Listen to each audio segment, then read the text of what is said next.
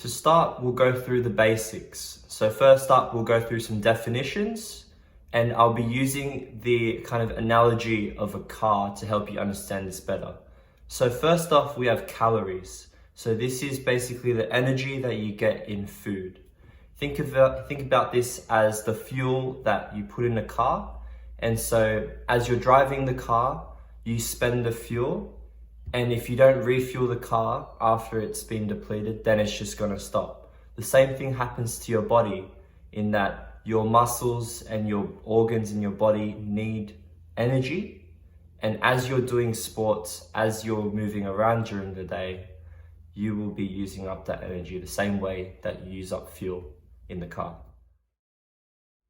Next up, we have this thing called BMR, which stands for basal metabolic rate. That just means how much energy your body would need if you just sat around all day. So if you sat around all day, did nothing, so for example, one of your rest days, you're just studying all day. Technically, you'd be using your brain, but other than that, nothing else. You can think of this in an example of a car as if you turn on the car and you just leave it running. So of course, the engine is still running, but then it's not moving anywhere, but it just needs to run the engine for things like aircon, to keep the lights, the inside lights on, the headlights, and so on. Next up, we have total daily energy expenditure. So you can abbreviate that to TDEE, but you just say how much energy you spend in a day. So that's your BMR, so basal metabolic rate, and then you add in to whatever activity you do during the day. So that's like BMR plus, say, you doing your training in sport, and also say walking around during the day to get yourself from place to place. So if you think about this in a car, again, that's turning on the engine, letting it run for a bit, and then driving it around. Now, it depends on how hard you drive it, you'll use more fuel or less fuel. The same way with your body, the harder you push your body every day, typically the more calories you'd burn. Sweet. So we come to our last point, which is surplus or deficit, right? So that's just two fancy ways of saying, are you eating more than your body needs or less than your body needs? If it's more, that means you'll gain mass and gain weight. If it's less, that means usually you'd of course lose weight. I've been going to the gym for the past 6 months to try and build lots of muscle and size. I wasn't very happy with how I was before. I was very skinny and looked a bit weak. So I've come to understand that to become really big, to build that muscle, to push more weight at the gym, you have to feed your body with the right nutrition and the right foods. This is similar to swimming, where of course when you train you always want to progressively improve. And so if you're stuck on the same pace, swimming the same times, you've got to start asking yourself, maybe it's not just the training that needs to be improved, but it must be the things outside of training, like diet and even sleep and your mental health. Just a quick tip if you're thinking about bulking or eating more than your caloric needs. Just make sure you're not eating a lot more than you need, because if you start doing that, you become fat. And that's one of the mistakes I actually made, like not too long ago. I was eating a lot of food. Oh, even really, I don't think I made the mistake, because my BMR is around 2,100. And I burn around 1,000 calories every workout. And plus that, I do coaching, so I walk around. And so that's 500 calories at least every single day just from moving around. So what, 2,100 plus 1,000 plus 500, that's 3,600. So me eating 4,000 calories, around about that, it's only 400 calories above my maintenance, really. So to be honest, I'm actually not eating that much more than I need. But back to the fact, because I digress, you have to make sure that you're not eating a lot more than you need, because you will start getting fat.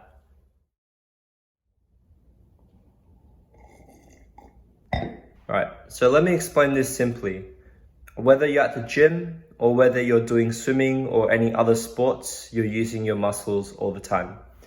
When you use your muscles and you strain them and you put them under load, you actually form little tears. You actually create little tears in the muscle. And that's because you're stretching them past their limits.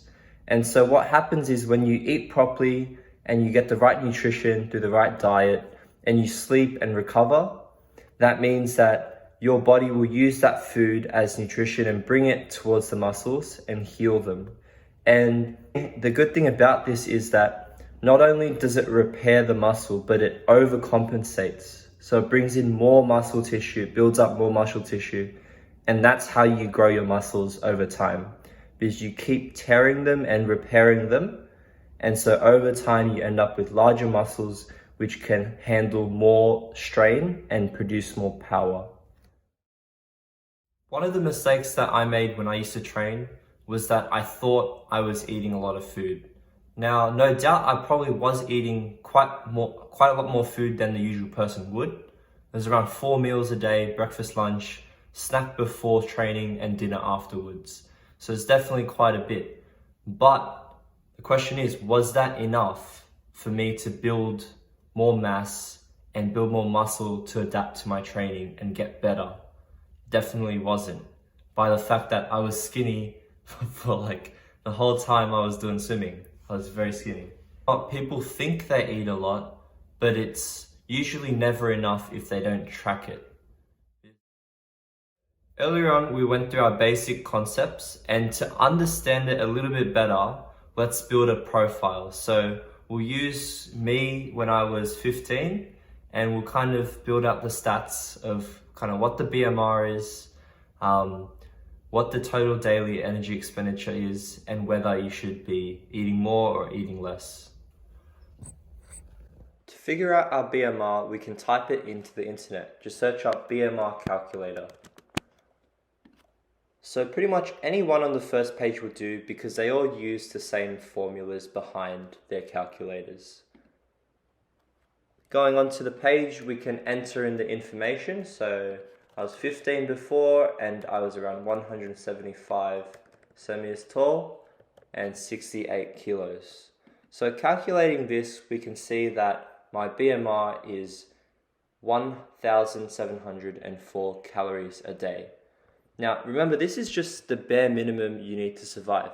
So this is just if you wake up, sit for the whole day, and this is not how much you should be eating in total. It's the energy your body needs to keep your brain on, your heart pumping, and nothing much else. On these websites, you'll also find that they give you a table to tell you how much calories you should be eating in total. Now, it's very different depending on how much activity you do. Of course, as an athlete, you'd be towards the bottom here, but it's usually a ballpark figure. It's not too accurate, so we'll use the next steps to get a more accurate estimate. Alright, so building a profile of 15-year-old me, I'd train around 6 or 7 times a week. During lunchtime and recess, I wouldn't be too active. I'd just, have a yarn with my friends. And then in the afternoons and the mornings, I'd train for around 2 hours, with the main sets usually going for about an hour. And so that's where I'd burn the most calories. Now we need to figure out our total daily energy expenditure. This is a bit harder to figure out. We can't really put it into a calculator because it's different for everyone. But for me, I've calculated it through having an Apple Watch and tracking my swims, and even in the gym when I've been tracking my workouts. So usually for an hour of swimming, around an hour and a half, I'd burn around 600 to 800 calories, all the way up to 1,000 at the gym in around 90 minutes. On top of this, if I was back then when I was 15, and I'd be doing things throughout the day, walking around from class to class, walking to the station and so on, I'd burn around an extra 500 calories. That's an estimate. So similar to the calculator that we use to calculate the BMR, you can also find the same or similar type of calculators to figure out how much calories you'd burn when you swim. So pretty much any of these on the first page should work. They pretty much all use the same formulas behind them as well. So hopping onto this first one, can see that there's lots of options for you in terms of swimming style. Pretty much all of them come up, and we'll pick crawl because that's basically freestyle. Let's say you do an intense effort, so main set effort of freestyle. Going off my previous body weight when I was 15, I'll type in 70. And so it'll say that I'm burning around 12.25 calories per minute. So if I swim for around 60 minutes in the main set, that means I burn around 735 calories in the main set only. So you've just got to make sure to also add in your daily activity outside of training. So that's walking around from place to place in school. That would be around 300 maximum calories. To figure out everything in total, we need to add our BMR to our total daily energy expenditure. So getting that figure of 1,704 calories from the BMR and adding it to around 1,300 calories from our daily activity, we have around 3,000 calories. So you might want to plus or minus around 100 or 200 calories from there and start from there. You want to get in the habit of tracking before you get the habit of expecting results. Of course, back then, did I eat 3,000 calories? Most likely not. I've been eating around 4,000 calories for the past, I'd say, 3 months. And I can tell you, I definitely was not eating that much. Even 1,000 calories less, I definitely was not eating that much when I was younger. So we'll bring it all together and we'll start to consider our caloric surplus and caloric deficit. So whether you're eating more than you need or less than you need. So now that we have the number, we have 3,000 to 3,100. Now we have that number, we can figure out if you eat more than 3,100, your body will start producing excess muscle, which is what you want. If your body does not have enough nutrition and energy, so less than 3,000, it'll start to eat its own muscle pretty much. Because you have these two concepts, one called anabolism. And what that is when your body takes the smaller particles like food and the nutrition in food and builds it up into bigger things like muscles, more complex structures. And then you have catabolism, and that's where your body breaks down the bigger structures in your body, like muscles and muscle fibers, and it breaks it down because there's no other nutrition for your body to use because you're not feeding yourself enough. And because of that, it breaks down the muscle, and then from that, it uses it as energy. And that's not what you want because you're using your muscles to make more power in the water. But if your body's eating its own muscles, you've got less muscles. So you can't make as much power in the water as you did before. When I was younger, again, I thought I was eating a lot of food, but I was very lanky. And of course, the proof is in the pudding. I was not eating enough food. So I'd go to state finals and even in nationals, I'd see the people that I was up against were so much bigger than I was. And of course, the reason why I was there was because I guess my technique was good, but what I could have improved on was having more size, more strength in the water, and that would have propelled me a lot further. And so the thinking is having more muscle would mean you can produce more power in the water. But to make that muscle, you've got to make sure to have a good diet and track your improvements. Remember, if you implement this, you're not going to break records and win races tomorrow.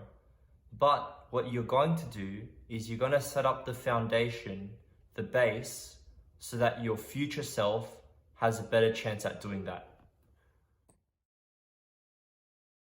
Your first actionable step is to figure out your basal metabolic rate using a BMR calculator. You can do this online. It'll take you around 10 to 15 seconds. Next is to figure out your daily energy expenditure by either using a fitness tracker like an Apple Watch or a Garmin, or go back in the video and use the figures we've calculated. Then you add together your BMR and your daily energy expenditure, and then you'll get the total amount of calories you need to eat every single day to maintain your muscle mass. If you want to increase your weight, eat around 200 to 300 calories above that amount. And if you want to lose weight, do the same but the other way. Overall, you'll start to see the difference in the coming weeks. But in the meantime, just make sure you're training hard and putting in the effort where it's needed.